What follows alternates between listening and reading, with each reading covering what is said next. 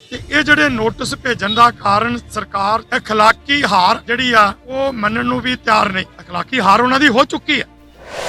ਜਿੰਨੀਆਂ ਵੀ ਮੀਟਿੰਗਾਂ ਚੱਲੀਆਂ ਨੇ ਸਰਕਾਰ ਨੇ ਇੱਕ ਹੀ ਤੋਤਾ ਰੱਟ ਲਾਈ ਰੱਖੀ ਵੀ ਤੁਸੀਂ ਇਹ 'ਚ ਸੰਸ਼ੋਧਨ। ਇੱਕ ਦਿਨ ਇੱਥੋਂ ਤੱਕ ਕਹਿਤਾ ਕਿ ਜਿਸ ਤਰ੍ਹਾਂ ਮਠਿਆਈ ਦਾ ਡੱਬਾ ਹੁੰਦਾ ਅਸੀਂ ਉਹ 'ਚੋਂ ਤੁਹਾਨੂੰ ਕਹਿੰਦੇ ਆ ਵੀ ਤੁਸੀਂ ਸਾਰਾ ਕੁਝ ਹੀ ਮਠਿਆਈ ਉਹ 'ਚੋਂ ਕੱਢ ਲਈਦੀ ਆ ਤੇ ਖਾਲੀ ਡੱਬਾ ਰਹਿਣ ਦਿਓ।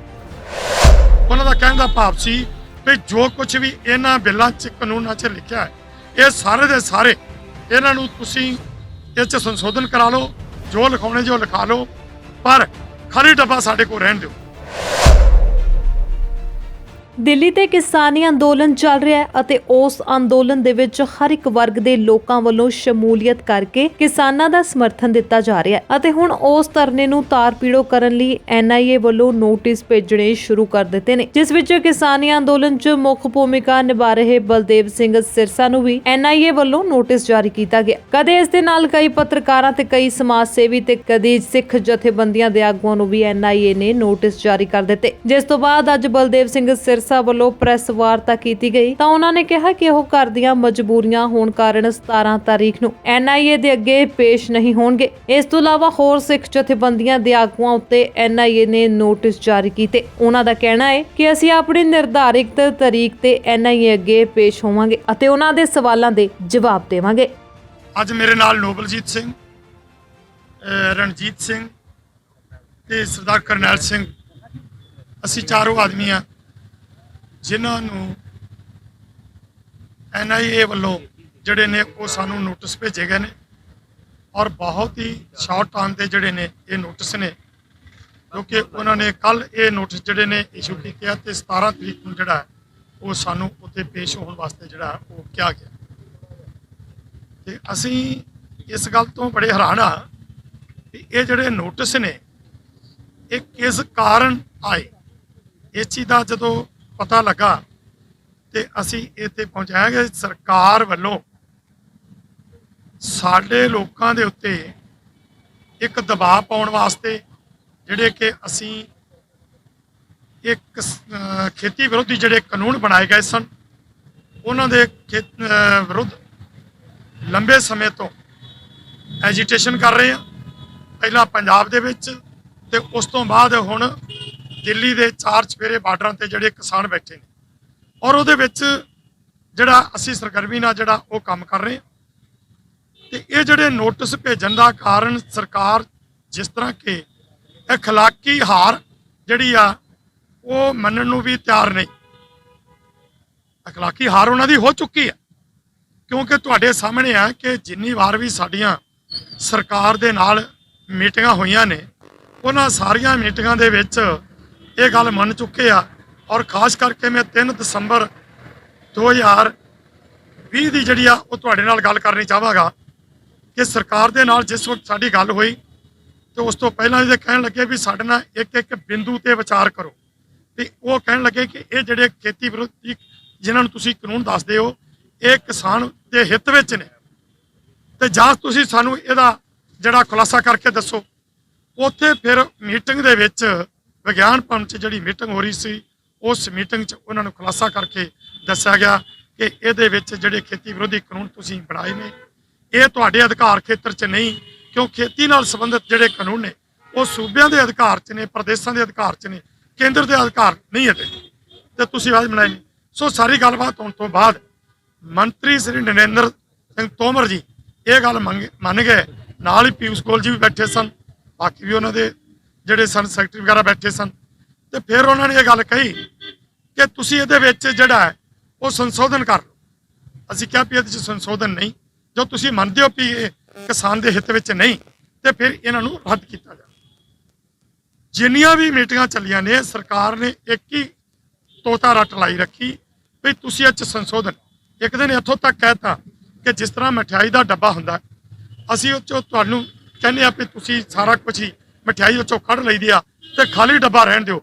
ਉਹਨਾਂ ਦਾ ਕਹਿਣ ਦਾ ਭਾਵ ਸੀ ਵੀ ਜੋ ਕੁਝ ਵੀ ਇਹਨਾਂ ਬਿੱਲਾਂ 'ਚ ਕਾਨੂੰਨਾਂ 'ਚ ਲਿਖਿਆ ਹੈ ਇਹ ਸਾਰੇ ਦੇ ਸਾਰੇ ਇਹਨਾਂ ਨੂੰ ਤੁਸੀਂ ਇਹ 'ਚ ਸੰਸ਼ੋਧਨ ਕਰਾ ਲਓ, ਜੋ ਲਿਖਾਉਣੇ ਜੋ ਲਿਖਾ ਲਓ, ਪਰ ਖਾਲੀ ਡੱਬਾ ਸਾਡੇ ਕੋਲ ਰਹਿਣ ਦਿਓ। ਅਸੀਂ ਇਸ ਗੱਲ ਤੇ ਨਹੀਂ ਮੰਨੇ ਵੀ ਨਹੀਂ ਇਹ ਨਹੀਂ ਹੋ ਸਕਦਾ। ਉਸ ਤੋਂ ਬਾਅਦ ਉਹਨਾਂ ਨੇ ਆਪਣੇ ਚਹੇਤਿਆਂ ਦੇ ਰਾਹੀਂ ਸੁਪਰੀਮ ਕੋਰਟ ਤੱਕ ਪਹੁੰਚ ਕੀਤੀ ਔਰ ਸੁਪਰੀਮ ਕੋਰਟ ਵੱਲੋਂ ਵੀ ਇੱਕ 4 ਮੈਂਬਰੀ ਕਮੇਟੀ ਬਣਾਈ ਗਈ। ਔਰ ਹੈਰਾਨਗੀ ਇਸ ਗੱਲ ਦੀ ਹੈ ਕਿ ਉਹ ਜਿਹੜੀ 4 ਮੈਂਬਰੀ ਕਮੇਟੀ ਬਣਾਈ, ਉਹ ਸਾਰੇ ਦੇ ਸਾਰੇ ਕਮੇਟੀ ਮੈਂਬਰ ਉਹ ਆਦਮੀ ਸਨ ਜਿਨ੍ਹਾਂ ਨੇ ਇਹਨਾਂ ਕਾਨੂੰਨਾਂ ਦੀ ਜਿਹੜੀ ਸੀ ਪੁਰਜ਼ੋਰ ਵਕਾਲਤ ਕੀਤੀ, ਉਹਨਾਂ ਤੇ ਆਰਟੀਕਲ ਲਿਖੇ। ਸੋ ਉਹ ਜਦੋਂ ਮੈਂਬਰ ਉਹਨਾਂ ਦੇ ਨਾਮਜ਼ਦ ਕੀਤੇ ਗਏ ਤੇ ਤੀਜੇ ਕੁ ਦਿਨ ਇੱਕ ਮੈਂਬਰ ਭੁਪਿੰਦਰ ਸਿੰਘ ਮਾਨ ਉਹਨਾਂ ਦੇ ਵਿੱਚੋਂ ਅਸਤੀਫਾ ਦੇ ਦਿੰਦਾ। ਹੁਣ ਇੱਥੇ ਇੱਕ ਵਿਚਾਰਨ ਵਾਲੀ ਗੱਲ ਹੈ ਕਿ ਜਿਹੜੀ ਸੁਪਰੀਮ ਕੋਰਟ ਵੱਲੋਂ ਇਹ ਕਮੇਟੀ ਬਣਾਈ ਗਈ ਸੀ, ਉਹ ਕਮੇਟੀ ਦੇ ਇੱਕ ਮੈਂਬਰ ਜਿਹੜਾ ਉਹ ਅਸਤੀਫਾ ਦੇ ਰਿਹਾ ਇਹਦਾ। ਔਰ ਸੁਪਰੀਮ ਕੋਰਟ ਨੇ ਵੀ ਜਿਹੜਾ ਇਹ ਜਿਹੜੇ ਕਾਨੂੰਨ ਨੇ ਇਹਨਾਂ ਤੇ ਪਹਿਲਾਂ ਸਟੇ ਕੀਤਾ ਔਰ ਸਟੇ ਉਸ ਕੇਸ ਤੇ ਹੁੰਦਾ ਜਿਹੜਾ ਕੇਸ ਠੀਕ ਨਾ ਹੋਵੇ, ਜਿਸ ਕੋਈ ਗੜਬੜ ਹੋਵੇ, ਇਸ ਅਦਾਲਤ ਨੂੰ ਪਤਾ ਲੱਗ ਜਾਏ ਵੀ ਇਹ ਜਿਹੜਾ ਕੇਸ ਹੈ, ਜਿਹੜਾ ਫੈਸਲਾ, ਜਿਹੜੇ ਆਰਡਰ ਨੇ ਇਹ ਗਲਤ ਨੇ, ਉਹਨਾਂ ਦੇ ਉੱਤੇ ਸਟੇ ਹੁੰਦਾ। ਸੋ ਸਟੇ ਕਰਤਾ ਤੇ ਨਾਲ ਸਰਕਾਰ ਇਹ ਚਾਹੁੰਦੀ ਸੀ ਕਿ ਇਹ ਜਿਹੜੇ ਇੱਥੋਂ ਸੜਕਾਂ, ਕਿਸਾਨ ਜਿਹੜੇ ਸੜਕਾਂ ਤੇ ਬੈਠੇ ਆ, ਇਹ ਸੜਕਾਂ ਜਿਹੜੀਆਂ ਨੇ ਉਹ ਖਾਲੀ ਕਰਾਈਆਂ ਜਾਣ। ਤੇ ਸੁਪਰੀਮ ਕੋਰਟ ਨੇ ਇਹ ਵੀ ਗੱਲ ਕਹੀ, ਮਾਨਯੋਗ ਜੱਜਾਂ ਨੇ ਕਿਹਾ ਕਿ ਨਹੀਂ, ਇਹ ਐਜੀਟੇਸ਼ਨ ਕਰਨਾ ਉਹਨਾਂ ਦਾ ਹੱਕ ਹੈ।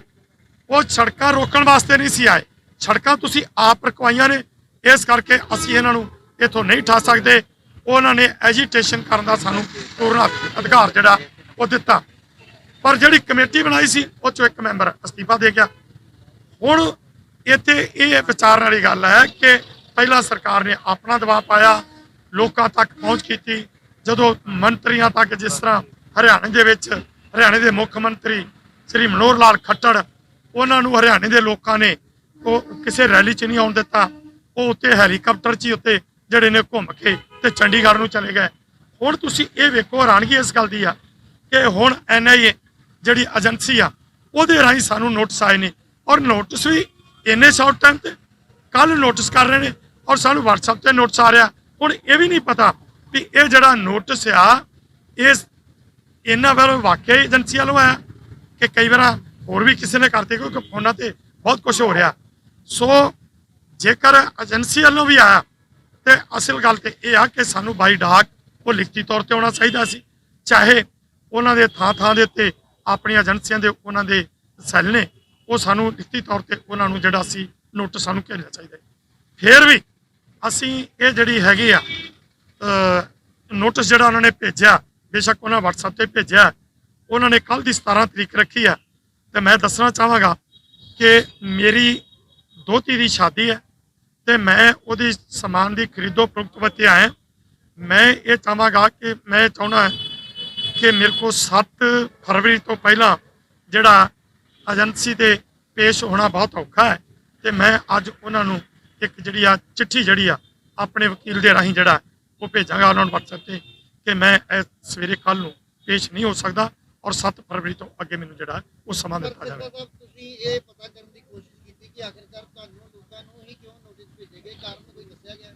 ਕਿਉਂਕਿ ਜਿਹੜੀਆਂ ਧਾਰਾਵਾਂ ਨੇ ਉਹ ਬੜੀਆਂ, ਅਸੀਂ ਕਹਿ ਸਕਦੇ ਸੰਵੇਦਨਸ਼ੀਲ ਹੈ ਕਿ ਦੇਸ਼ ਧਰੋਹ ਤੱਕ ਦੀਆਂ ਜਿਹੜੀਆਂ ਗੱਲਾਂ ਕਹੀਆਂ ਗਈਆਂ। ਦੇਖੋ ਗੱਲ ਇਹ ਆ, ਮੈਂ ਦੱਸ ਚੁੱਕਾ ਤੁਹਾਨੂੰ ਔਰ ਤੁਸੀਂ ਰਾਤ ਦਿਨ ਵੇਖਦੇ ਹੋ। ਜਦੋਂ ਤੋਂ ਇਹ ਆਰਡੀਨੈਂਸ ਆਏ ਸੀ ਜੂਨ ਤੋਂ, ਉਦੋਂ ਤੋਂ ਲੈ ਕੇ ਜਿਹੜਾ ਅਸੀਂ ਇਹ ਸਾਰਾ ਇਹਨਾਂ ਕਾਨੂੰਨਾਂ ਦਾ ਵਿਰੋਧ ਕਰਦੇ ਆ। ਪਹਿਲਾਂ ਆਰਡੀਨੈਂਸ ਜਦੋਂ ਇਹਨਾਂ ਨੇ ਲਿਆਂਦੇ ਉਹਨਾਂ ਦਾ ਵਿਰੋਧ ਕੀਤਾ, ਉਸ ਤੋਂ ਬਾਅਦ ਕਾਨੂੰਨ ਬਣਾਏ ਗਏ, ਬਿੱਲ ਪਾਸ ਹੋਏ, ਉਦੋਂ ਤੋਂ ਲੈ ਕੇ ਵਿਰੋਧ ਕਰ ਰਹੇ ਆ। ਔਰ ਦਿੱਲੀ ਦੇ ਉੱਤੇ ਖਾਸ ਕਰਕੇ ਮੈਂ ਦੱਸਣਾ ਚਾਹਾਂਗਾ ਕਿ ਮੇਰੇ ਕੋਲ ਉਹ FIR ਹੈ ਜਿਹੜੀ ਮੈਂ ਥਾਣਾ ਕੁੰਡਲੀ ਦੇ ਵਿੱਚ, ਜਿਹੜੀ ਆ ਕੁੰਡਲੀ ਥਾਣੇ ਦੇ ਵਿੱਚ ਦਰਜ ਹੈ। ਆ ਤੁਸੀਂ ਵੇਖ ਸਕਦੇ ਜੇ ਕਿ ਥਾਣਾ ਕੁੰਡਲੀ ਦੇ ਵਿੱਚ ਮੇਰੇ ਵੱਲੋਂ ਇੱਕ FIR ਦਰਜ ਹੈ 29 ਦਸੰਬਰ 2020 ਨੂੰ। ਇੱਕ ਰਾਮ ਪ੍ਰਕਾਸ਼ ਨਾਂ ਦਾ ਆਦਮੀ ਹੈ ਜਿਹਦੇ ਖਿਲਾਫ ਮੇਰੇ ਵੱਲੋਂ FIR ਹੈ ਕਿ ਉਹ ਆਦਮੀ ਸਾਡੇ ਐਜੀਟੇਸ਼ਨ ਨੂੰ ਕਿਸ ਤਰ੍ਹਾਂ ਤਾਰਪੀਡੋ ਕਰਨਾ ਚਾਹੁੰਦਾ ਸੀ। ਉਹਨੇ ਬੜੇ ਸਨਸਨੀਖੇਜ਼ ਖੁਲਾਸੇ ਕੀਤੇ ਸੀ। ਇਹਦਾ ਨਾਮ ਰਾਮ ਪ੍ਰਕਾਸ਼ ਹੈ ਜੀ ਔਰ ਇਹਦੇ ਖਿਲਾਫ ਆ ਤੁਸੀਂ ਜਿਹੜੀ ਆ FIR ਵੇਖ ਸਕਦੇ ਜੀ। ਕਿਆ ਆ ਉਸ FIR ਦੀ ਕਾਪੀ ਹੈ, ਮਿਤੀ ਹੈਗੀ ਆ 29/12/2020 ਤੇ FIR ਨੰਬਰ ਹੈਗਾ 652। ਰਾਮ ਪ੍ਰਕਾਸ਼ ਦੇ ਨਾਂ ਤੇ ਖਿਲਾਫ ਆਦਮੀ ਦੇ ਖਿਲਾਫ ਇਹ FIR ਹੈ। ਔਰ ਇਸ ਤੋਂ ਬਗੈਰ ਮੈਂ ਹੋਰ ਵੀ ਬਹੁਤ ਸਾਰੇ ਇਸ ਤਰ੍ਹਾਂ ਲੜਕੇ ਵੀ ਫੜਾਏ ਲੜਕੀਆਂ ਵੀ ਫੜਾਈਆਂ ਜਿਹਦਾ ਥਾਣਾ ਕੁੰਡਲੀ ਦੇ ਵਿੱਚ ਰਿਕਾਰਡ ਵੀ ਹੈ। ਜੇ ਉਸ ਐਜੀਟੇਸ਼ਨ ਨੂੰ ਫਿਰ ਜਿੰਨਾ ਲੰਬਾ ਜਾਏਗਾ ਲੋਕ ਆਉਣੋਂ ਹਟ ਜਾਣਗੇ। ਇਹ ਗੱਲਾਂ ਮੈਂ ਸਟੇਜ ਤੇ ਕਹੀਆਂ ਨੇ ਤੇ ਉਸ ਤੋਂ ਬਗੈਰ ਮੈਂ ਇਹ ਵੀ ਕਿਹਾ ਕਿ ਇਹ ਲੰਬਾ ਚੱਲੇਗਾ ਤੇ ਉਹਦੇ ਵਿੱਚ ਜਿਹੜੇ ਸ਼ਰਾਰਤੀ ਅਨਸਰ ਭੇਜਣਗੇ ਉਹ ਸ਼ਰਾਰਤੀ ਅਨਸਰ ਉੱਤੇ ਕੋਈ ਸ਼ਰਾਰਤ ਕਰਨਗੇ ਤੇ ਇਸ ਸੰਘਰਸ਼ ਨੂੰ ਜਿਹੜਾ ਤਾਰਪੀੜੋ ਕੀਤਾ ਜਾਏਗਾ, ਜਿਹਦੀ ਮੈਂ ਮਿਸਾਲ ਵੀ ਦਿੱਤੀ ਸੀ ਕਿ ਹਰਿਆਣੇ ਦੇ ਵੀ ਜਾਟ ਅੰਦੋਲਨ ਨੂੰ ਜਿਹੜਾ ਸੀ ਉਹ ਇਸੇ ਤਰ੍ਹਾਂ ਤਾਰਪੀੜੋ ਕੀਤਾ ਗਿਆ ਸੀ, ਜਿਸ ਕਰਕੇ ਮੇਰੇ ਖਿਲਾਫ ਜਿਹੜਾ ਇਹ NIA ਨੇ ਜਿਹੜਾ ਉਹ ਨੋਟਿਸ ਮੈਨੂੰ ਜਿਹੜਾ ਜਾਰੀ ਕੀਤਾ ਇਹੀ ਚੱਕਰ। ਇਹਨਾਂ ਨੇ ਅੱਜ ਗੱਲ ਕੀਤੀ ਕਿ ਅਸੀਂ ਵੀ ਇੱਥੇ ਆਉਣਾ ਹੈ। ਅੱਜ ਸਾਡੀ ਗੱਲਬਾਤ ਹੋਈ ਆ ਆਦੀ ਜਦੋਂ ਦਾ ਨੋਟਿਸ ਹੈ ਔਰ ਮੈਨੂੰ ਰਾਤ ਨੂੰ ਅਸਲ ਗੱਲ ਹੈ ਕਿ ਮੇਰੇ ਨੋਟਿਸ ਦਾ ਮੇਰੇ ਖਿਆਲ 1:30 ਦਾ 12 ਦਾ ਟਾਈਮ ਸੀ, 12 ਵਜੇ ਤੋਂ ਪਹਿਲਾਂ ਸੀ, 11:30 ਜਾਂ 11:45 ਦਾ ਟਾਈਮ ਹੋਵੇਗਾ। ਮੈਨੂੰ ਇੱਕ ਪ੍ਰੈਸ ਰਿਪੋਰਟਰ ਦਾ ਫੋਨ ਆਉਂਦਾ ਕਿ ਤੁਹਾਡੇ ਖਿਲਾਫ ਜਿਹੜਾ ਉਹ ਨੋਟਿਸ ਹੈ। ਪਹਿਲਾਂ ਮੈਨੂੰ ਨਹੀਂ ਪਤਾ ਲੱਗਿਆ ਕਿ ਮੇਰੇ ਵੀ ਨਾਮ ਤੇ ਕੋਈ ਨੋਟਿਸ ਜਿਹੜਾ ਉਹ ਆਇਆ। ਮੈਨੂੰ 11:30 ਪੌਣੇ 12 ਵਜੇ ਪ੍ਰੈਸ ਤੋਂ ਉਦੋਂ ਮੈਨੂੰ ਪਤਾ ਲੱਗਾ ਤੇ ਹੁਣ ਫੋਨ ਤੇ WhatsApp ਨਹੀਂ ਚੱਲਦੀ, ਮੇਰੇ ਬੇਟੇ ਦਾ ਫੋਨ ਹੈ ਜਿੱਥੇ WhatsApp ਚੱਲਦੀ ਆ ਤੇ ਮੈਨੂੰ ਹੁਣ ਪਤਾ ਜਿਹੜਾ ਉਹ ਲੱਗਿਆ। ਜਿਹੜੇ ਮੇਰੇ ਨਾਲ ਇਸ ਟਾਈਮ ਤੇ ਬੈਠੇ ਨੇ ਨੋਬਲਜੀਤ ਸਿੰਘ ਹੈ, ਰਣਜੀਤ ਸਿੰਘ ਹੈ ਤੇ ਸਰਦਾਰ ਕਰਨੈਲ ਸਿੰਘ ਹੈ, ਇਹਨਾਂ ਨੂੰ ਵੀ ਨੋਟਿਸ ਜਿਹੜੇ ਉਹ ਆਏ ਨੇ। ਇਹ ਆਪਣੀ ਗੱਲ ਆਪ ਸਿਰਫ 4 ਬੰਦਿਆਂ ਨੂੰ ਨੋਟਿਸ ਆਏ ਕਿ ਜੋ ਐਜੀਟੇਸ਼ਨ ਤੇ ਬਹੁਤ ਕਿਸਾਨ ਕਰ ਰਹੇ ਨੇ, ਉੱਥੇ ਬੈਠੇ ਬਹੁਤ ਕਈ ਲੀਡਰ ਵੀ ਨੇ, ਉਹਨਾਂ ਨੂੰ ਵੀ ਨੋਟਿਸ ਆਇਆ ਕੋਈ? ਅਜੇ ਸਾਰਾ ਪਤਾ ਨਹੀਂ, ਮੈਨੂੰ ਆਪਣਾ ਕਲੀਅਰ ਹੁਣ ਹੋਇਆ, ਇਸ ਕਰਕੇ ਪਤਾ ਨਹੀਂ ਕਿ ਕਿੰਨੇ ਕੁ ਨੂੰ ਨੋਟਿਸ ਆਏ ਨੇ। ਮੈਨੂੰ ਤੇ ਇਹ ਵੀ ਪਤਾ ਲੱਗਾ ਕਿ ਕਾਰਸੇ ਵਾਲੇ ਬਾਬਿਆਂ ਨੂੰ ਵੀ ਆਏ, ਜਿਹੜੇ ਲੰਗਰ ਦੀ ਸੇਵਾ ਕਰਦੇ ਨੇ, ਜਾਂ ਜਿਹੜੇ ਇਹ ਵੀ ਪਤਾ ਲੱਗਾ ਸੀ ਕਿ ਇਹ ਨਹੀਂ ਪਤਾ ਕਿੱਥੋਂ ਤੱਕ, ਕਿਉਂਕਿ ਮੈਂ ਉਹ ਗੱਲ ਕਰਾਂਗਾ ਪੱਕੀ ਉਹ ਕਰਾਂਗਾ ਜੋ ਪਤਾ ਲੱਗਾ, ਪੱਕੀ ਨਹੀਂ ਮੈਂ ਕਹਿ ਸਕਦਾ, ਜੋ ਇਹ ਵੀ ਪਤਾ ਲੱਗਾ ਕਿ ਜਿਹੜੇ ਕਿਸਾਨ ਸੁਸਾਈਡ ਕਰ ਰਹੇ ਨੇ ਜਾਂ ਆਪਣੇ ਇਹਦੇ ਨਾਲ ਮੌਤਾਂ ਹੋ ਰਹੀਆਂ ਨੇ ਠੰਡ ਦੇ ਕਾਰਨ, ਹਾਰਟ ਅਟੈਕ ਨਾਲ ਐਕਸੀਡੈਂਟ ਹੋ ਕੇ ਜਾਂ ਠੰਡ ਦੇ ਕਾਰਨ ਮੌਤਾਂ ਹੋ ਰਹੀਆਂ, ਉਹਨਾਂ ਲੋਕਾਂ ਨੂੰ ਜਿਹੜੇ ਘਰਾਂ 'ਚ ਸਪੋਰਟ ਕੀਤੀ ਜਾ ਰਹੀ ਆ ਨਾ, ਉਹਨਾਂ ਨੂੰ ਤੇ ਮੈਨੂੰ ਪੱਕਾ ਪਤਾ ਹੈ ਕਿ ਉਹਨਾਂ ਲੋਕਾਂ ਨੂੰ ਵੀ ਜਿਹੜਾ ਉਹ ਨੋਟਿਸ ਹੋਇਆ। ਸਭ ਤੋਂ ਪਹਿਲਾਂ ਨੋਟਿਸ ਉਹਨੂੰ ਹੋਇਆ ਸੀ। ਹੁਣ ਵੇਖੋ, ਇੱਕ ਆਦਮੀ ਦੀ ਜ਼ਿੰਦਗੀ ਜਿਹੜੀ ਜਾਨ ਚਲੇਗੀ, ਕਿ ਕੋਈ ਵੀ ਆਦਮੀ ਇਹ ਚਾਹੁੰਦਾ ਕਿ ਮੈਂ ਮਰਾਂ ਤੇ ਮੇਰੇ ਮਰਨ ਤੋਂ ਬਾਅਦ ਜਿਹੜਾ ਹੈ ਉਹ ਮੇਰੇ ਪਰਿਵਾਰ ਨੂੰ 50,000 ਜਾਂ ਕੋਈ ਲੱਖ ਦੀ ਸਹਾਇਤਾ ਮਿਲੇ ਤੇ ਉਹਦੇ ਨਾਲ ਕੀ ਹੋਊਗਾ? ਸੋ 50,000 ਦੀ ਕੋਈ ਇਸ ਤਰ੍ਹਾਂ ਦੀ ਸਹਾਇਤਾ ਕੀਤੀ ਗਈ ਆ ਤੇ ਉਹਨਾਂ ਨੂੰ ਵੀ ਨੋਟਿਸ ਹੋਇਆ। ਅਸਲ ਕਾਰਨ ਇਹ ਆ ਕਿ ਇਹ ਜਿਹੜਾ ਐਜੂਕੇਸ਼ਨ ਚੱਲ ਰਿਹਾ, ਇਹਦੇ ਵਿੱਚ ਸਰਕਾਰ ਦੀ ਬਹੁਤ ਨਮੋਸ਼ੀ ਹੋ ਰਹੀ ਆ। ਸਭ ਤੋਂ ਵੱਡੀ ਨਮੋਸ਼ੀ ਉਸ ਟਾਈਮ ਤੇ ਹੋਈ ਜਦੋਂ ਸੁਪਰੀਮ ਕੋਰਟ ਵੱਲੋਂ ਨਿਯਤ ਕੀਤੇ ਹੋਏ 4 ਮੈਂਬਰਾਂ ਚੋਂ ਇੱਕ ਨੇ ਅਸਤੀਫਾ ਦੇ ਦਿੱਤਾ ਤੇ ਉਹ ਹੁਣ ਸਰਕਾਰ ਜਿਹੜੀ ਬੁਖਲਾਈ ਹੋਈ ਆ, ਜਿਸ ਕਰਕੇ ਸਾਨੂੰ ਇਹ ਸੁਪਰੀਮ ਕੋਰਟ ਰਾਹੀਂ, ਆਪਣੇ ਰਾਹੀਂ ਤੇ ਇਹ ਏਜੰਸੀਆਂ ਦੇ ਰਾਹੀਂ ਜਿਹੜਾ ਉਹ ਇੱਕ ਪ੍ਰੈਸ਼ਰ ਪਾ ਕੇ ਸਾਨੂੰ ਇਹਦੇ ਨਾਲੋਂ ਤੋੜਨਾ ਚਾਹੀਦਾ। ਨੋਟਿਸ ਆ ਰਹੇ ਨੇ ਦੀਪ ਸੰਧੂ ਦੇ ਭਰਾ ਨੂੰ ਕੱਲ UAPA ਵੱਲੋਂ ਇੱਕ ਐਕਟ ਜਿਹੜਾ ਲਗਾਇਆ ਗਿਆ ਸੀ, ਅੱਜ ਦੀਪ ਸੰਧੂ ਨੂੰ ਵੀ ਆ ਚੁੱਕੇ ਨੋਟਿਸ, ਤਾਂ ਹੋਰ ਵੀ ਕਾਫੀ ਜਿਹੜੇ ਚੈਨਲ ਉਹਨਾਂ ਨੂੰ ਲਗਾਤਾਰ ਨੋਟਿਸ ਆ ਰਹੇ। ਹਾਂਜੀ, ਇਸੇ ਤਰ੍ਹਾਂ ਤੁਹਾਨੂੰ ਦੱਸਿਆ ਵੀ ਜੇ ਪੱਕਾ ਨਹੀਂ, ਹੁਣ ਪਤਾ ਲੱਗੇਗਾ ਵੀ ਕਿੰਨਿਆਂ ਕੁ ਨੂੰ ਸਰਕਾਰ ਕੱਲ ਜਿੰਨਾ ਕਿ ਮੈਨੂੰ ਅੱਜ ਹੁਣੇ ਪਤਾ ਲੱਗਾ, ਪਹਿਲਾਂ ਨਹੀਂ ਸੀ ਪਤਾ ਕਿ ਕਰੀਬ 1000 ਆਦਮੀ, ਪਤਾ ਨਹੀਂ 1000 ਕਿੰਨਾ 500 ਆ 100 ਆ, ਮੈਂ ਉਹ ਪੂਰੀ ਗਿਣਤੀ ਨਹੀਂ ਦੱਸ ਸਕਦਾ, ਪਰ ਮੈਂ ਤਾਂ ਇਹ ਦੱਸ ਸਕਦਾ ਕਿ ਅਸੀਂ 4 ਬੰਦੇ ਬੈਠੇ ਆ ਤੇ ਇੱਕ ਦਾ ਮੈਨੂੰ ਪਹਿਲਾਂ ਪਤਾ ਹੈ। ਦੀਪ ਸਿੱਧੂ ਦਾ ਤੁਸੀਂ ਉਹਦੇ ਭਰਾ ਬਾਰੇ ਤੁਸੀਂ ਹੁਣ ਦੱਸ ਲਿਓ, ਪਰ ਮੈਨੂੰ ਨਹੀਂ ਪਤਾ। ਕੱਲ ਆਇਆ ਤੇ ਅੱਜ ਦੀਪ ਸਿੱਧੂ ਵੀ ਆ ਗਿਆ, ਦੀਪ ਸਿੱਧੂ ਨੂੰ ਵੀ ਆ ਗਿਆ। ਪਰ ਇਹ ਹੁਣ ਜਿਸ ਤਰ੍ਹਾਂ ਆ ਰਹੇ ਨੇ, ਇਹ ਸਰਕਾਰ ਜਿਹੜੀ ਆ ਬੁਖਲਾਹਟ ਵਿੱਚ ਆ ਕੇ ਏਜੰਸੀਆਂ ਦੇ ਰਾਹੀਂ ਇਸ ਕੱਲੇ ਡਰਾਈ ਮੁਕਾਬਲਾ ਸਾਰੇ ਰਲ ਕੇ ਕਰੋਗੇ ਤਾਂ ਕੱਲੇ ਜਾਓਗੇ? ਲੀਗਲ ਕਿਤੇ ਲੜਾਈ ਲੜੀ ਜਾਏਗੀ? ਦੇਖੋ, ਮੈਂ ਉਹ ਜਿਹੜੀ ਸਾਡਾ ਸੰਯੁਕਤ ਮੋਰਚਾ ਬਣਿਆ ਉਹਦੇ ਵਿੱਚ ਮੈਂਬਰ ਵੀ, ਹੁਣ ਜੇ ਮੈਨੂੰ ਆਉਂਦਾ ਜਾਂ ਹੋਰਾਂ ਨੂੰ ਆਉਂਦਾ, ਅਸੀਂ ਤਾਂ ਲੋਕਾਂ ਦੀ ਗੱਲ ਵੀ ਕਰਨੀ ਹੈ। ਅਸੀਂ ਹੁਣ ਇਹ ਜਿਹੜਾ ਹੈ ਵਕੀਲਾਂ ਦੇ ਨਾਲ ਰਹਿ ਕਰਕੇ, ਕਿਉਂਕਿ ਕਾਨੂੰਨੀ ਪ੍ਰਕਿਰਿਆ ਹੈ ਤੇ ਇਹਦੇ ਵਿੱਚ ਅਸੀਂ ਉਸ ਕਾਨੂੰਨੀ ਪੱਖ ਨੂੰ ਲੈ ਕੇ ਵੀ ਚੱਲਾਂਗੇ। ਅਸੀਂ ਵਕੀਲਾਂ ਨਾਲ ਵੀ ਰਹਿ ਕਰਾਂਗੇ, ਵਕੀਲਾਂ ਨਾਲ ਰਹਿ ਕਰਕੇ ਕੀ ਕਰਨਾ ਹੈ ਤੇ ਉਸ ਹਿਸਾਬ ਦੇ ਨਾਲ ਚੱਲਾਂਗੇ। ਤੇ ਕਮੇਟੀ ਦੇ ਵਿੱਚ ਵੀ ਇਹ ਗੱਲ ਜਿਹੜੀ ਆ, ਸੰਯੁਕਤ ਮੋਰਚੇ ਦੀ ਕਮੇਟੀ ਵਿੱਚ ਵੀ ਇਹ ਗੱਲ ਹੋਵੇਗੀ। ਲੱਗਦਾ ਕਿ ਇਹਦੇ ਨਾਲ ਅੰਦੋਲਨ ਥੋੜਾ ਢਿੱਲਾ ਪਏਗਾ, ਕਿਉਂਕਿ ਤੁਸੀਂ ਲੜਾਈਆਂ ਲੜਦੇ ਰਹੇ ਜੇ, ਇਸ ਤਰ੍ਹਾਂ ਦੀ ਲੜਾਈਆਂ ਲੜਦੇ ਰਹੇ, ਤੁਹਾਨੂੰ ਕੋਈ ਸ਼ਾਇਦ ਨਾ ਕੋਈ ਅਸਰ ਹੋਵੇ ਵੀ ਚਲੋ ਆਪਾਂ ਸੰਭਾਲ ਲਾਂਗੇ ਸਾਰਾ ਕੁਝ, ਪਰ ਜਿਹੜੇ ਕਈ ਲੋਕ ਇਸ ਤਰ੍ਹਾਂ ਦੇ ਜਿਹੜੇ ਇਸ ਤਰ੍ਹਾਂ ਦੀ ਲੜਾਈ ਜਿਹੜੀ ਹੈ ਲੜਨਾ, ਜਦੋਂ ਨੋਟਿਸ ਆਉਂਦਾ ਤੇ ਪਹਿਲਾਂ ਡਰ ਜਾਣਗੇ ਕਿ ਮੈਨੂੰ ਨੋਟਿਸ ਆ ਗਿਆ, ਮੈਂ ਪਿੱਛੇ ਹੋ ਜਾ ਅੰਦੋਲਨ ਤੋਂ। ਮੇਰਾ ਖਿਆਲ ਹੈ ਪਏਗਾ ਇਹਦੇ ਨਾਲ, ਮੇਰਾ ਖਿਆਲ ਹੈ ਕਿ ਇਹਨਾਂ ਨੋਟਿਸਾਂ ਤੋਂ ਡਰਨ ਵਾਲਾ ਕੋਈ ਨਹੀਂ, ਕਿਉਂਕਿ ਸਾਰਿਆਂ ਨੇ ਵੇਖ ਲਿਆ, ਸਭ ਨੂੰ ਤਸੱਲੀ ਹੋ ਗਈ ਆ ਕਿ ਸਰਕਾਰ ਦੀ ਹਾਰ ਹੋ ਚੁੱਕੀ ਆ ਤੇ ਸਰਕਾਰ ਆਪਣੀ ਹਾਰ ਮੰਨਣ ਨੂੰ ਅਜੇ ਤਿਆਰ ਨਹੀਂ। ਤੇ ਉਹ ਸੋਚਦੀ ਆ, ਜਿਵੇਂ ਨੇ ਇੱਕ ਆਮ ਝਟਕੀ ਮਿਸਾਲ ਹੈ ਕਿ ਕੋਈ ਪਾਣੀ 'ਚ ਰੁੜਿਆ ਜਾ ਰਿਹਾ ਸੀ ਤੇ ਉਹਦਾ ਹੱਥ ਕਿਤੇ ਪੈ ਨਹੀਂ ਸੀ ਰਿਹਾ, ਤੇ ਉਹ ਜਿਹੜਾ ਇੱਕ ਘਾਹ ਦੇ ਤਿਲਕੇ ਨੂੰ ਫੜਨ ਦੀ ਕੋਸ਼ਿਸ਼ ਕਰਦਾ ਕਿ ਸ਼ਾਇਦ ਮੈਂ ਇਹਦੇ ਨਾਲ ਪਾਣੀ 'ਚੋਂ ਡੁੱਬਣ ਤੋਂ ਫਸ ਜਾਵਾਂ। ਸੋ ਸਰਕਾਰ ਦੀ ਉਹ ਇੱਕ ਇਕਰਾ ਕੇ ਆ ਚੁੱਕੀ ਆ, ਪਰ ਉਹ ਹਾਰ ਮੰਨਣ ਨੂੰ ਤਿਆਰ ਨਹੀਂ, ਜਿਸ ਕਰਕੇ ਇਸ ਤਰ੍ਹਾਂ ਦੇ ਹੱਥ ਕੰਡੇ ਜਿਹੜੀ ਆ ਉਹ ਅਪਣਾ ਲਈ। ਸੱਚਾ ਜੀ, ਜਿਹੜੀ ਅਗਲੀ ਮੀਟਿੰਗ ਹੋਣੀ ਸਰਕਾਰ ਦੇ ਨਾਲ, ਉਹਦੇ ਵਿੱਚ NIA ਦਾ ਮੁੱਦਾ ਚੁੱਕਿਆ ਜਾਏਗਾ ਜੀ? NIA ਦਾ ਬਿਲਕੁਲ ਚੁੱਕਿਆ ਜਾਏਗਾ ਜੀ, ਕਿਉਂ ਨਹੀਂ ਚੁੱਕਿਆ ਜਾਏਗਾ? ਕਿਉਂਕਿ ਅਸੀਂ ਅੱਗੇ ਜਿਸ ਤਰ੍ਹਾਂ ਜਿਹੜੇ ਸਾਡੇ ਕਿਸਾਨ ਜਿਹੜੇ ਹੁਣ ਤੱਕ 115 ਤੋਂ ਵੱਧ ਜਿਹੜੇ ਨੇ ਉਹਨਾਂ ਦੀ ਕੁਰਬਾਨੀ ਹੋ ਚੁੱਕੀ ਹੈ ਇਸ ਸੰਘਰਸ਼ ਨੂੰ ਸਮਰਪਿਤ, ਔਰ ਉਹਨਾਂ ਦੀ ਜਿਹੜੀ ਕਾਤਲ ਆ ਉਹ ਆ ਸਰਕਾਰ। ਤੇ ਇਹ ਗੱਲ ਅਸੀਂ ਸਰਕਾਰ ਨੂੰ ਉਹਦੇ ਮੂੰਹ ਤੇ ਕਹਿ ਚੁੱਕੇ ਆ, ਮੀਟਿੰਗਾਂ 'ਚ ਕਹਿ ਚੁੱਕੇ ਆ ਕਿ ਉਹਨਾਂ ਦੇ ਕਾਤਲ ਤੁਸੀਂ ਹੋ, ਸਰਕਾਰ ਕਾਤਲ ਹੈ ਉਹਨਾਂ ਦੀ। ਜੇ ਕਿਸੇ ਨੇ ਸੁਸਾਈਡ ਕੀਤਾ ਤੇ ਉਹਦੀ ਜ਼ਿੰਮੇਵਾਰੀ ਵੀ ਸਰਕਾਰ ਹੈ। ਇਹ ਗੱਲਾਂ ਅਸੀਂ ਪਹਿਲਾਂ ਮੀਟਿੰਗਾਂ 'ਚ ਸਰਕਾਰ ਨੂੰ ਕਹਿ ਚੁੱਕੇ ਆ, ਔਰ ਹੋਰ ਵੀ ਅਸੀਂ ਬਹੁਤ ਕੁਝ ਉੱਤੇ ਸਰਕਾਰ ਨੂੰ, ਜਿਸ ਤਰ੍ਹਾਂ ਕਿ ਉਹਨਾਂ ਨੇ ਸ਼ਾਹਜਹਾਨਪੁਰ ਤੋਂ ਉੱਤੇ ਜਦੋਂ ਉੱਠ ਕੇ ਗਏ ਨੇ ਪਾਣੀ ਦੀਆਂ ਬੁਛਾੜਾਂ ਮਾਰੀਆਂ, ਤੇ ਇਹ ਜਦੋਂ ਸੁਪਰੀਮ ਕੋਰਟ ਨੇ ਇਹ ਗੱਲ ਕਹਿ ਦਿੱਤੀ ਆ ਕਿ ਇਹ ਜਿਹੜਾ ਐਜੀਟੇਸ਼ਨ ਹੈ ਇਹ ਇਹਨਾਂ ਨੂੰ ਚਲਾਉਣ ਦਾ ਅਧਿਕਾਰ ਹੈ, ਤੇ ਫਿਰ ਉਸ ਤੋਂ ਬਾਅਦ ਜਿਹੜੇ ਸ਼ਾਹਜਹਾਨਪੁਰ ਤੋਂ ਉੱਥੋਂ ਪਿੱਛੋਂ ਉੱਠ ਕੇ ਅੱਗੇ ਗਏ ਉਹਨਾਂ ਤੇ ਟੀਅਰ ਗੈਸ ਔਰ ਉਹ ਗੈਸ ਜਿਹੜੇ ਗੋਲੇ ਦਾਗੇ ਗਏ ਉਹ ਵੀ ਜਿਹੜੇ ਸੀ ਐਕਸਪਾਇਰ ਡੇਟ ਸੀ, ਉਹਨਾਂ ਦੇ ਨਾਲ ਅੱਗ ਲੱਗੀ ਆ। ਇਹ ਵੀ ਗੱਲ ਅਸੀਂ ਉੱਥੇ ਮੀਟਿੰਗ ਦੇ ਵਿੱਚ ਰੱਖੀ ਸੀ ਵੀ ਜਦੋਂ ਸੁਪਰੀਮ ਕੋਰਟ ਮੰਨਦੀ ਆ ਕਿ ਇਹਨਾਂ ਨੂੰ ਐਜੀਟੇਸ਼ਨ ਕਰਨ ਦਾ ਅਧਿਕਾਰ, ਸੁਪਰੀਮ ਕੋਰਟ ਨੇ ਗੱਲ ਕਹਿਤੀ ਕਿ ਇਹ ਸੜਕਾਂ ਜਿਹੜੀਆਂ ਨੇ ਇਹ ਇਹਨਾਂ ਕਿਸਾਨਾਂ ਨੇ ਬੰਦ ਨਹੀਂ ਕੀਤੀਆਂ, ਤੁਸੀਂ ਇਹਨਾਂ ਨੂੰ ਆਉਣ ਤੋਂ, ਇਹ ਦਿੱਲੀ ਆ ਰਹੇ ਸੀ, ਆਉਣ ਤੋਂ ਰੋਕਿਆ ਤਾਂ ਉੱਥੇ ਬੈਠੇ ਨੇ, ਤੁਸੀਂ ਹੁਣ ਇਹ ਗੱਲ ਕਰੋ। ਸੋ ਜਦੋਂ ਇਹ ਸਾਰੀ ਗੱਲਬਾਤ ਹੋ ਚੁੱਕੀ ਆ, ਸੁਪਰੀਮ ਕੋਰਟ ਮੰਨ ਚੁੱਕੀ ਆ, ਤੇ ਇਹਨਾਂ ਦੇ ਉੱਤੇ ਜਿਹੜੇ ਇਹ ਟੀਅਰ ਗੈਸ ਜਿਹੜੇ ਨੇ ਉਹ ਵੀ ਬੁਨਿਆਦ ਨੂੰ ਕਿ ਕਿਉਂ ਇਹ ਗੱਲਾਂ ਅਸੀਂ ਕਰ ਚੁੱਕੇ ਆ। ਸੋ ਇਹ ਗੱਲਾਂ ਸਾਰੀਆਂ ਅੱਗੇ ਨਹੀਂ ਹੋ ਤੁਸੀਂ ਜਿਸ ਤਰ੍ਹਾਂ ਦੱਸਿਆ ਕਿ ਤੁਹਾਡੇ ਘਰ ਦੇ ਵਿੱਚ ਫੰਕਸ਼ਨ ਹੈ, ਤੁਹਾਡੀ ਦੋਤੀ ਦਾ ਵਿਆਹ, ਬਾਕੀ ਜਿਨ੍ਹਾਂ ਨੂੰ ਅੱਗੇ ਆ ਆਪਣੇ ਵਾਲੀ ਮਾਈਕ ਦੀ ਤਾਰ ਮੈਨੂੰ ਫੜਾਈ, ਇਹ ਜਾਣਗੇ ਜਾਂ ਨਹੀਂ?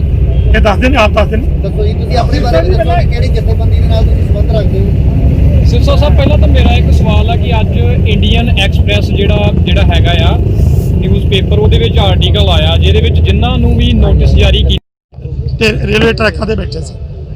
ਅਸੀਂ ਸ਼ਾਂਤਮਈ ਸੰਘਰਸ਼ ਸ਼ੁਰੂ ਕੀਤਾ, ਅੱਜ ਤੱਕ ਸ਼ਾਂਤਮਈ ਚੱਲਿਆ, ਔਰ ਇਸ ਗੱਲ ਨੂੰ ਤੋਮਰ ਸਾਹਿਬ ਤੋਂ ਲੈ ਕੇ ਅਮਿਤ ਸ਼ਾਹ ਸਾਰੇ ਮੰਤਰੀ ਜਿਹੜੇ ਨੇ ਉਹ ਮੰਨਦੇ ਨੇ, ਦੁਨੀਆ ਮੰਨਦੀ ਆ, ਤੇ ਉਹ ਸਾਨੂੰ ਸ਼ੁਰੂ ਤੋਂ ਲੈ ਕੇ ਅੱਜ ਤੱਕ ਕੋਰਟ 'ਚ ਵੀ ਉਹਨਾਂ ਨੇ ਜਿਹੜੀ ਸਾਡੇ ਦਿੱਲੀ ਪੁਲਿਸ ਦੇ ਰਾਹੀਂ ਪਟੀਸ਼ਨ ਪਵਾਈ ਆ ਕਿ ਇਹਨਾਂ ਨੂੰ 26 ਤਰੀਕ ਨੂੰ ਦਿੱਲੀ ਆਉਣ ਤੋਂ ਰੋਕਿਆ ਜਾਵੇ।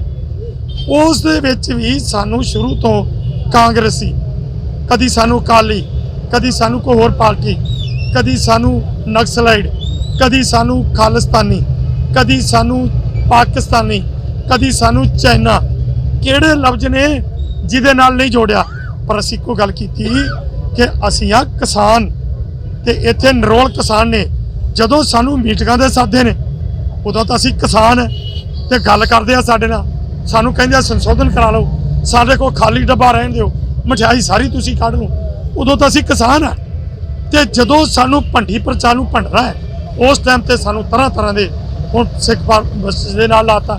ਸੋ ਜੋ ਮਰਜ਼ੀ ਲਾਈ ਜਾਣ, ਸਾਡਾ ਐਜੀਟੇਸ਼ਨ ਜਿਹੜਾ ਉਹ ਸ਼ਾਂਤਮਈ ਹੈ, ਔਰ ਇੱਥੇ ਕੋਈ ਵੀ ਕਿਸੇ ਜਥੇਬੰਦੀ ਨਾਲ ਜੁੜਿਆ, ਕੋਈ ਵੀ ਕਿਸੇ ਧਿਰ ਨਾਲ ਜੁੜਿਆ, ਕੋਈ ਵੀ ਕਿਸੇ ਪਾਰਟੀ ਨਾਲ ਜੁੜਿਆ, ਧਾਰਮਿਕ ਤੌਰ ਤੇ, ਰਾਜਨੀਤਿਕ ਤੌਰ ਤੇ ਜਾਂ ਕਿਸੇ ਨਾਲ ਵੀ ਜੁੜਿਆ, ਉਹ ਅਸੀਂ ਸਾਰੇ, ਉਹ ਵੱਖਰੀ ਗੱਲ ਹੈ, ਪਰ ਜਿਹੜਾ ਐਜੀਟੇਸ਼ਨ ਕਰ ਰਹੇ ਆ ਇਹ ਸਾਰੇ ਕਿਸਾਨ ਨੇ।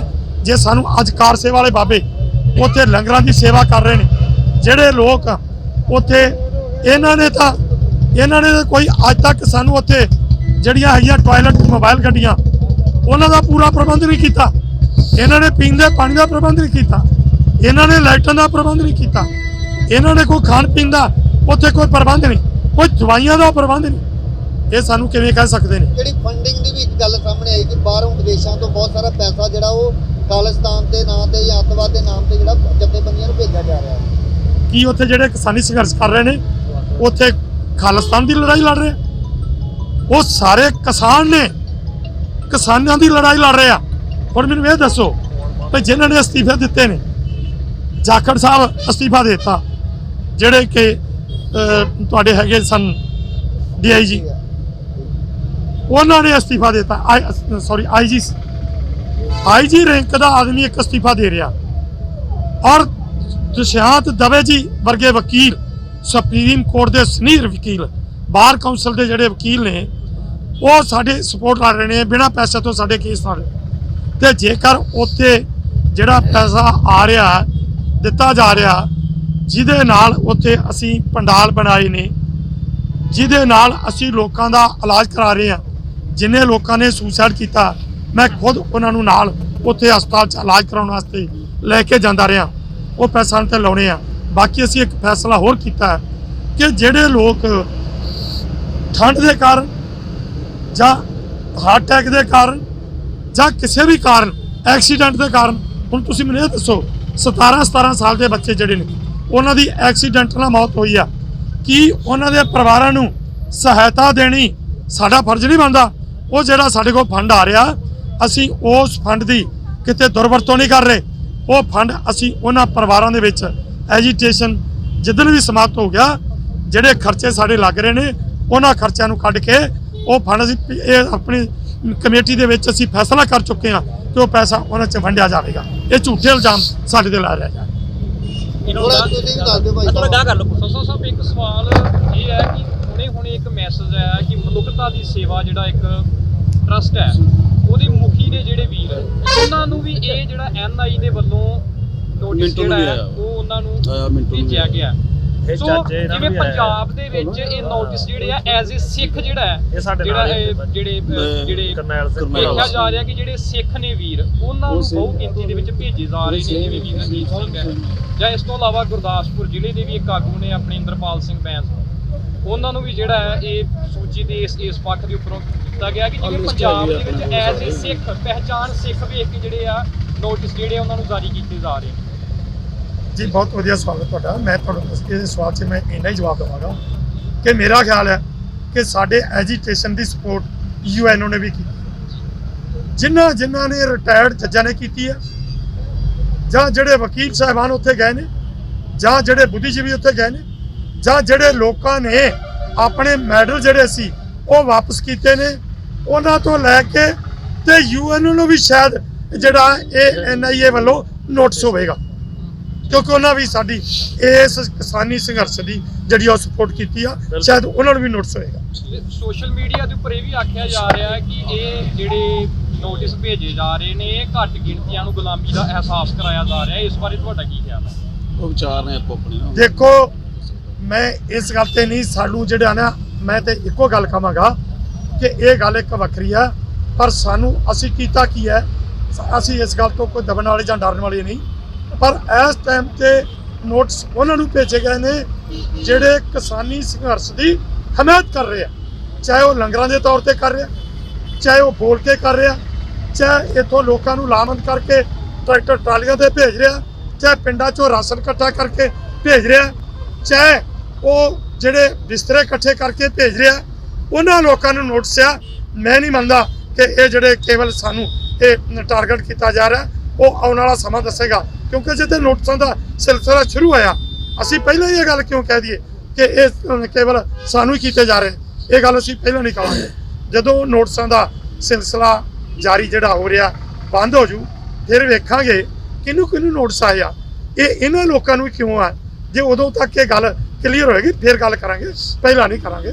ਪਹਿਲਾਂ ਮੈਂ ਇਹੀ ਕਹਾਂਗਾ, ਮੈਂ ਇੱਕ ਜ਼ਿੰਮੇਵਾਰ ਬੰਦਾ, ਮੈਂ ਐਵੇਂ ਨਹੀਂ ਕਹਿ ਦੇਵਾਂਗਾ ਕਿ ਇਹ ਕੇਵਲ ਘੱਟ ਗਿਣਤੀਆਂ ਨੂੰ ਹੋ ਰਹੇ ਨੇ। ਮੈਂ ਇਹ ਗੱਲ ਕਹਾਂਗਾ ਕਿ ਕਿਸਾਨ ਹਮਾਇਤੀਆਂ ਨੂੰ ਨੋਟਿਸ ਜਾਰੀ ਹੋਏ। ਉਹਨਾਂ ਦੀ ਚਾਹੇ ਕੋਈ ਵੀ ਆਇਓ, ਤੁਸੀਂ ਉਧਰ ਦੀ ਆਇਓ। ਹਾਂਜੀ, ਨੌਜਵਾਨਾਂ ਨੂੰ ਹੋਇਆ ਨੋਟਿਸ ਜਾਰੀ, ਮੈਨੂੰ ਵੀ ਹੋਇਆ। ਮੈਂ ਹੁਸ਼ਿਆਰਪੁਰ ਤੋਂ ਅਗੇਗਾ ਨੋਬਲਜੀਤ ਸਿੰਘ, ਮੇਰੇ ਨਾਲ ਕਰਨੈਲ ਸਿੰਘ ਘੋੜਾਵਾਹਾ ਆ ਭਾਜੀ, ਉਹਨਾਂ ਨੂੰ ਵੀ ਹੋਇਆ। ਪਰਮਜੀਤ ਸਿੰਘ ਅਕਾਲੀ ਆ, ਰਣਜੀਤ ਸਿੰਘ ਹੋਣੀ ਬੈਠੇ ਆ ਇੱਥੇ, ਲਿਸਟ ਹੈਗੀ ਆਪਣੇ ਸਾਨੂੰ ਸਾਰਿਆਂ ਨੂੰ ਹੋਇਆ। ਅਸੀਂ ਪਹਿਲੇ ਦਿਨ ਤੋਂ ਹੀ, ਜਦੋਂ ਦਾ ਕਿਸਾਨੀ ਸੰਘਰਸ਼ ਚੱਲ ਰਿਹਾ ਆ, ਉਸ ਦਿਨ ਤੋਂ ਹੀ ਅਸੀਂ ਜਿਹੜੇ ਆ ਇਸ ਸੰਘਰਸ਼ ਨੂੰ ਪੂਰੀ ਜਾਨ ਦੇ ਨਾਲ ਅਸੀਂ ਚਲਾ ਰਹੇ ਆ। ਤੇ ਜਿਹੜੀ ਇਹ ਸਾਨੂੰ ਗੱਲ ਮਹਿਸੂਸ ਹੁੰਦੀ ਆ ਵੀ ਉਹ ਇਹ ਗੱਲ ਆ ਵੀ ਹੁਣ ਸਰਕਾਰ ਦੀ ਕੋਈ ਬਾਹ ਪੇਸ਼ ਨਹੀਂ ਚੱਲ ਰਹੀ, ਉਹ ਹੁਣ ਦਬਾਉਣਾ ਚਾਹੁੰਦੇ ਆ ਤੇ ਉਹ ਜ਼ਬਰ ਦੇ ਨਾਲ, ਦਮਨ ਦੇ ਨਾਲ ਸਾਨੂੰ ਦਬਾਉਣਾ ਚਾਹੁੰਦੇ ਆ, ਉਹ ਸਾਨੂੰ ਉਲਝਾਉਣਾ ਚਾਹੁੰਦੇ ਆ। ਕਿਉਂਕਿ ਸਰਕਾਰਾਂ ਕੋਲ ਇਹ ਰਾਹ ਹੁੰਦੇ ਆ ਵੀ ਜਦੋਂ ਕੋਈ ਚੀਜ਼ ਦਾ ਹੱਲ ਨਾ ਨਿਕਲੇ ਤਾਂ ਉਹਨੂੰ ਫਿਰ ਕਾਨੂੰਨੀ ਪ੍ਰਕਿਰਿਆ ਦੇ ਵਿੱਚ ਆਪਣੇ ਜਿਹੜੇ ਉਹਨਾਂ ਕੋਲ ਟੂਲ ਹੈਗੇ ਆ, ਹਥਿਆਰ ਆ, ਉਹਨਾਂ ਦੇ ਨਾਲ ਉਹਨਾਂ ਨੂੰ ਫਿਰ ਵਰਤ ਕੇ ਉਹ ਦਬਾਉਂਦੇ ਆ। ਤੇ ਇਹ ਵੀ ਇੱਕ ਉਹਨਾਂ ਨੇ ਆਪਣਾ ਜਿਹੜਾ ਹਥਿਆਰ ਆ ਉਹ ਸਾਡੇ ਖਿਲਾਫ ਵਰਤਿਆ ਆ। ਬਹੁਤ ਵੱਡੀ ਪੱਧਰ ਦੇ ਉੱਤੇ ਇਹ ਜਿਹੜਾ ਹੈਗਾ ਸਾਰਿਆਂ ਨੂੰ ਨੋਟਿਸ ਜਾਰੀ ਹੋਇਆ ਤੇ ਮੈਨੂੰ ਵੀ ਕੱਲ ਇਹ ਰਿਸੀਵ ਹੋਇਆ, ਮੋਬਾਈਲਾਂ ਦੇ ਉੱਤੇ ਰਿਸੀਵ ਹੋ ਰਹੇ ਆ, ਫੋਨ ਗੱਲ ਕਰ ਰਹੇ ਆ, ਫੋਨ ਦੇ ਉੱਤੇ ਵੀ ਅਸੀਂ NIA ਤੋਂ ਬੋਲ ਰਹੇ ਆ ਤੇ ਮੈਂ ਸਬ ਇੰਸਪੈਕਟਰ ਗੁਰਮੀਤ ਸਿੰਘ ਬੋਲ ਰਿਹਾ ਤੇ ਤੁਹਾਨੂੰ ਇੱਕ ਨੋਟਿਸ ਜਾਰੀ ਹੋਇਆ ਤੇ ਤੁਸੀਂ ਜਿਹੜਾ 18 ਤਰੀਕ ਨੂੰ ਪਹੁੰਚੋ। ਮੈਨੂੰ 18 ਤਰੀਕ ਆ, ਭਾਜੀ ਨੂੰ 21 ਤਰੀਕ ਆ, ਕਿਸੇ ਨੂੰ 17 ਤਰੀਕ ਆ, ਭਾਜੀ ਨੂੰ ਵੀ ਇੱਦਾਂ, ਮਤਲਬ ਬਹੁਤ ਸ਼ਾਰਟ ਟਰਮ ਦੇ ਵਿੱਚ ਇਹ ਸਾਰਾ ਨੋਟਿਸ ਆ। ਤੇ ਪਰ ਮੈਂ ਇਹ ਗੱਲ ਕਹਿਣੀ ਚਾਹੁੰਦਾ ਵੀ ਇਹ ਹੋਇਆ ਕਦੋਂ ਆ। ਦੇਖੋ ਇਹ 2-3 ਦਿਨ ਪਹਿਲਾਂ ਜਿਹੜਾ ਗਰੇਵਾਲ ਤੇ ਜਿਆਣੀ ਜਿਹੜੇ ਆ, ਇਹ ਦੋਨੇ ਜਾਣੇ ਇਹ ਮਿਲ ਕੇ ਆਏ ਆ। ਅਸਲ ਦੇ ਵਿੱਚ ਅਸੀਂ, ਜੇ ਮੈਂ ਆਪਣੀ ਗੱਲ ਕਰਾਂ, ਅਸੀਂ BJP ਦੇ ਖਿਲਾਫ ਜਾਂ ਇਹਨਾਂ ਦੀ RS ਦੀ ਨੀਤੀ ਦੇ ਖਿਲਾਫ ਅਸੀਂ ਖੁੱਲ੍ਹ ਕੇ ਜਿਹੜਾ ਆ ਲੋਕਾਂ ਦੇ ਵਿੱਚ ਇਹਨਾਂ ਦਾ ਗਏ ਆ, ਇਹਨਾਂ ਦਾ ਅਸੀਂ ਵਿਰੋਧ ਕੀਤਾ ਆ ਵੀ ਇਹਨਾਂ ਨੇ ਇਹ ਬੜੇ ਮਾਰੂ ਕਾਨੂੰਨ ਲਿਆਂਦੇ ਆ। ਇਹ ਉਹਦਾ ਹੀ ਕਿਤੇ ਨਾ ਕਿਤੇ ਅਸੀਂ ਉਸ ਗੱਲ ਨਾਲ ਵੀ ਇਹ ਜੋੜ ਕੇ ਦੇਖਦੇ ਆ ਕਿ ਵੀ ਇਹ ਉਹਨਾਂ ਦੇ ਵੱਲੋਂ ਹੋ ਸਕਦਾ ਵੀ ਇਹ ਜਿਹੜੇ ਇਹ ਪੂਰੇ ਪੰਜਾਬ ਦੇ ਵਿੱਚ ਇਹ ਲੋਕ ਆ ਜਿਹੜੇ ਜਿਨ੍ਹਾਂ ਦੇ ਖਿਲਾਫ ਇਹ ਜਾਰੀ ਵੀ ਹੋਇਆ ਜਾਂ ਹੋਰਾਂ ਦੇ ਖਿਲਾਫ ਵੀ ਅੱਜ ਵੀ ਕਈਆਂ ਨੂੰ ਹੋਏ ਆ, ਵੀ ਇਹ ਸਾਨੂੰ ਮਤਲਬ ਪੰਜਾਬ ਦੇ ਵਿੱਚੋਂ ਵਿਚਰਨ ਤੋਂ ਰੋਕ ਰਹੇ ਆ ਜਾਂ ਇੱਦਾਂ ਦੀ ਕੋਈ ਗੱਲਬਾਤ ਹੈ। ਇਹ ਉਹਨਾਂ ਦੇ ਕਹਿਣ ਤੇ ਵੀ ਇਹ ਜਿਹੜਾ ਹੋਇਆ, ਜਿਹੜਾ ਆ ਸਾਨੂੰ ਵਿਸ਼ਵਾਸ ਹੈ ਵੀ ਉਹਨਾਂ ਦੇ ਕਹਿਣ ਤੇ ਹੋਇਆ ਹੋਊਗਾ ਇਹ। ਤੇ ਅਸੀਂ ਇਹ ਜਿਹੜੀ ਉਹਨਾਂ ਨੇ ਇਹ ਕੀਤਾ, ਅਸੀਂ ਇਹਨੂੰ ਫੇਸ ਕਰਾਂਗੇ। ਅਸੀਂ ਇਹਨਾਂ ਗੱਲਾਂ ਤੋਂ ਘਬਰਾਉਣ ਵਾਲੇ ਨਹੀਂ ਕਿ ਉਹ ਸਾਨੂੰ ਕਾਨੂੰਨੀ ਪ੍ਰਕਿਰਿਆ ਦੇ ਵਿੱਚ ਉਲਝਾ ਲੈਣਗੇ ਤੇ ਅਸੀਂ ਇਹਨੂੰ ਫੇਸ ਕਰਾਂਗੇ। ਹਾਂਜੀ ਅਸੀਂ ਜਾਵਾਂਗੇ, ਮੈਨੂੰ 18 ਤਰੀਕ ਨੂੰ ਸੱਦਿਆ ਤੇ ਮੈਂ 18 ਤਰੀਕ ਨੂੰ ਜਾਊਂਗਾ, ਮੈਂ ਕਰੂੰਗਾ ਉਹਨਾਂ ਦੀ ਫੇਸ ਜਿਹੜੀ ਵੀ ਉਹਨਾਂ ਦੀ ਇਨਵੈਸਟੀਗੇਸ਼ਨ ਹੋਊਗੀ। ਠੀਕ ਹੈ। ਜੀਤ ਸਿੰਘ ਵਿਦਿਆਰਥੀ ਦਮਦਮੀ ਟਕਸਾਲ, ਸਿੱਖ ਯੂਥ ਫੈਡਰੇਸ਼ਨ ਭਿੰਡਰਾਂਵਾਲਾ ਜਥੇਬੰਦੀ ਤੋਂ। ਕੱਲ 15 ਜਨਵਰੀ ਨੂੰ ਮੈਨੂੰ ਫੋਨ ਆਇਆ ਸੀ, ਕਹਿੰਦੇ ਸੀ ਕਿ ਅਸੀਂ NIA ਅਫਸਰ ਬੋਲ ਰਹੇ ਹਾਂ ਦਿੱਲੀ ਤੋਂ ਤੇ ਤੁਹਾਨੂੰ ਅਸੀਂ WhatsApp ਤੇ ਜਿਹੜੇ ਸੰਮਨ ਆ ਭੇਜੇ ਆ, ਨੋਟਿਸ ਭੇਜੇ ਆ ਤੇ 21 ਤਰੀਕ ਨੂੰ ਤੁਸੀਂ ਦਿੱਲੀ ਆ ਕੇ ਤੇ ਪੇਸ਼ ਹੋਵੋ। ਅਸੀਂ ਸਮਝਦੇ ਹਾਂ ਕਿ ਇਹ ਜਿਹੜੇ ਸਾਨੂੰ ਨੋਟਿਸ ਭੇਜੇ ਗਏ ਆ, ਸੰਮਨ ਭੇਜੇ ਗਏ ਆ, ਇਹ ਕਿਤੇ ਨਾ ਕਿਤੇ ਕਿਸਾਨੀ ਸੰਘਰਸ਼ ਨੂੰ ਦਬਾਉਣ ਵਾਸਤੇ, ਪੰਜਾਬ ਦੇ ਲੋਕਾਂ ਦੇ ਵਿੱਚ, ਸਿੱਖ ਨੌਜਵਾਨਾਂ ਦੇ ਵਿੱਚ, ਪੰਜਾਬ ਦੇ ਨੌਜਵਾਨਾਂ ਦੇ ਮਨਾਂ ਦੇ ਵਿੱਚ ਦਹਿਸ਼ਤ ਫੈਲਾਉਣ ਦੇ ਵਾਸਤੇ ਮੋਦੀ ਸਰਕਾਰ ਨੇ, ਹਿੰਦ ਹਕੂਮਤ ਨੇ, ਦਿੱਲੀ ਦਰਬਾਰ ਨੇ NIA ਨੂੰ ਵਰਤਿਆ ਆ ਤੇ ਉਹਨਾਂ ਨੇ ਜਿਹੜਾ ਸਾਡੇ ਉੱਤੇ ਜਿਹੜਾ ਦਬਾਅ ਆ ਉਹ ਪਾਉਣਾ ਚਾਹਿਆ ਆ। ਬਾਕੀ ਜੋ ਵੀ ਗੱਲਬਾਤ ਹੋਏਗੀ ਉਹ 21 ਤਰੀਕ ਨੂੰ ਅਸੀਂ ਉੱਥੇ ਜਾਵਾਂਗੇ ਤੇ ਉਹਨਾਂ ਦੀ ਗੱਲਬਾਤ ਵੀ ਸੁਣਾਂਗੇ, ਅਸੀਂ ਆਪਣੀ ਗੱਲਬਾਤ ਵੀ ਰੱਖਾਂਗੇ, ਪਤਾ ਲੱਗ ਜਾਏਗਾ ਕਿ ਕਿਸ ਮਾਮਲੇ ਵਿੱਚ ਸਾਨੂੰ ਬੁਲਾਇਆ ਗਿਆ ਆ। ਬਾਕੀ ਅੱਜ ਤੱਕ ਅਸੀਂ ਕੋਈ ਵੀ ਗੈਰ ਕਾਨੂੰਨੀ, ਗੈਰ ਸੰਵਿਧਾਨਕ ਜਾਂ ਹਿੰਸਕ ਕਾਰਵਾਈ ਨਹੀਂ ਕੀਤੀ। ਅਸੀਂ ਕਿਸਾਨੀ ਸੰਘਰਸ਼ ਦੇ ਨਾਲ ਖੜੇ ਹਾਂ, ਪਹਿਲੇ ਦਿਨ ਤੋਂ ਹੀ ਖੜੇ ਹਾਂ ਤੇ ਹੁਣ ਵੀ ਅਸੀਂ ਉੱਥੇ ਹਰ ਪ੍ਰਕਾਰ ਦੀਆਂ ਜਿਹੜੀਆਂ ਸੇਵਾਵਾਂ ਆ ਸਿੰਘੂ ਬਾਰਡਰ ਤੇ ਜਾ ਕੇ ਨਿਭਾ ਰਹੇ ਸੀ। ਜਿਵੇਂ ਲੰਗਰ ਦੀ ਸੇਵਾ ਹੋ ਗਈ, ਇਸੇ ਤਰ੍ਹਾਂ ਦਸਤਾਰਾਂ ਵੰਡਣ ਦੀ ਜਿਹੜੀ ਸੇਵਾ ਆ ਉਹ ਅਸੀਂ ਨਿਭਾਈ, ਕਿਤਾਬਾਂ ਵੰਡਣ ਦੀ ਜਿਹੜੀ ਸੇਵਾ ਆ ਉਹ ਨਿਭਾਈ ਤੇ ਜਿਹੜੇ ਪੰਥਕ ਸੋਚ ਦੇ ਧਾਰਨੀ ਹੋਰ ਗੁਰਸਿੱਖ ਆ ਜਿਨ੍ਹਾਂ ਦੇ ਨਾਲ ਅਸੀਂ ਵਿਚਰਦੇ ਆ, ਉਹਨਾਂ ਨੂੰ ਵੀ ਇਹ ਜਿਹੜੇ ਨੋਟਿਸ ਆ ਉਹ NIA ਵੱਲੋਂ ਭੇਜੇ ਗਏ ਆ, ਜਿਨ੍ਹਾਂ ਦੇ ਵਿੱਚੋਂ ਕੁਝ ਕੁ ਨਾਂ ਇਸ ਪ੍ਰਕਾਰ ਆ।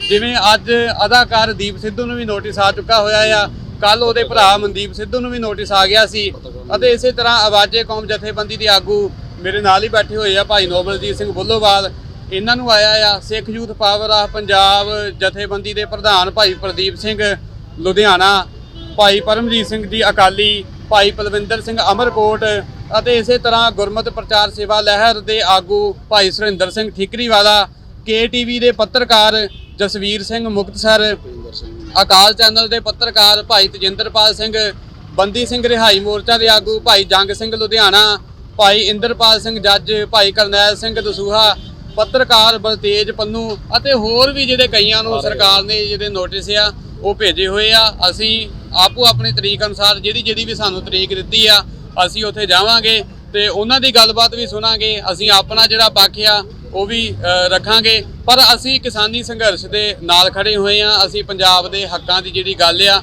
ਉਹ ਬਾਖੂਬੀ ਕਰਦੇ ਆ, ਕਿਉਂਕਿ ਅਸੀਂ ਸਮਝਦੇ ਆ ਕਿ ਇਹ ਜਿਹੜਾ ਕਿਸਾਨੀ ਸੰਘਰਸ਼ ਆ ਇਹ ਹੁਣ ਕਿਸਾਨਾਂ ਤੱਕ ਹੀ ਸੀਮਤ ਨਹੀਂ ਰਿਹਾ। ਇਹ ਪੰਜਾਬ ਦੀ ਹੋਂਦ, ਅਣਖ ਅਤੇ ਆਰਥਿਕਤਾ ਦਾ ਮਸਲਾ ਬਣ ਚੁੱਕਾ ਹੋਇਆ ਆ। ਮਸਲਾ ਕੇਵਲ ਕਣਕਾਂ ਦਾ ਨਹੀਂ, ਮਸਲਾ ਅਣਖ ਦਾ ਬਣ ਚੁੱਕਾ। ਮਸਲਾ ਕੇਵਲ ਹੁਣ ਫਸਲ ਦਾ ਨਹੀਂ, ਮਸਲਾ ਸਾਡੀਆਂ ਆਉਣ ਵਾਲੀਆਂ ਨਸਲਾਂ ਦਾ ਬਣ ਚੁੱਕਾ ਹੋਇਆ ਆ। ਤੇ ਜਦੋਂ ਵੀ ਅਸੀਂ ਪੰਥ ਅਤੇ ਪੰਜਾਬ ਦੇ ਹੱਕਾਂ ਦੀ ਗੱਲ ਕਰਦੇ ਆ, ਉਦੋਂ ਪੁਲਿਸ ਸਾਨੂੰ ਨਿਸ਼ਾਨਾ ਬਣਾਉਂਦੀ ਏ, ਸਰਕਾਰ ਸਾਨੂੰ ਨਿਸ਼ਾਨਾ ਬਣਾਉਂਦੀ ਏ।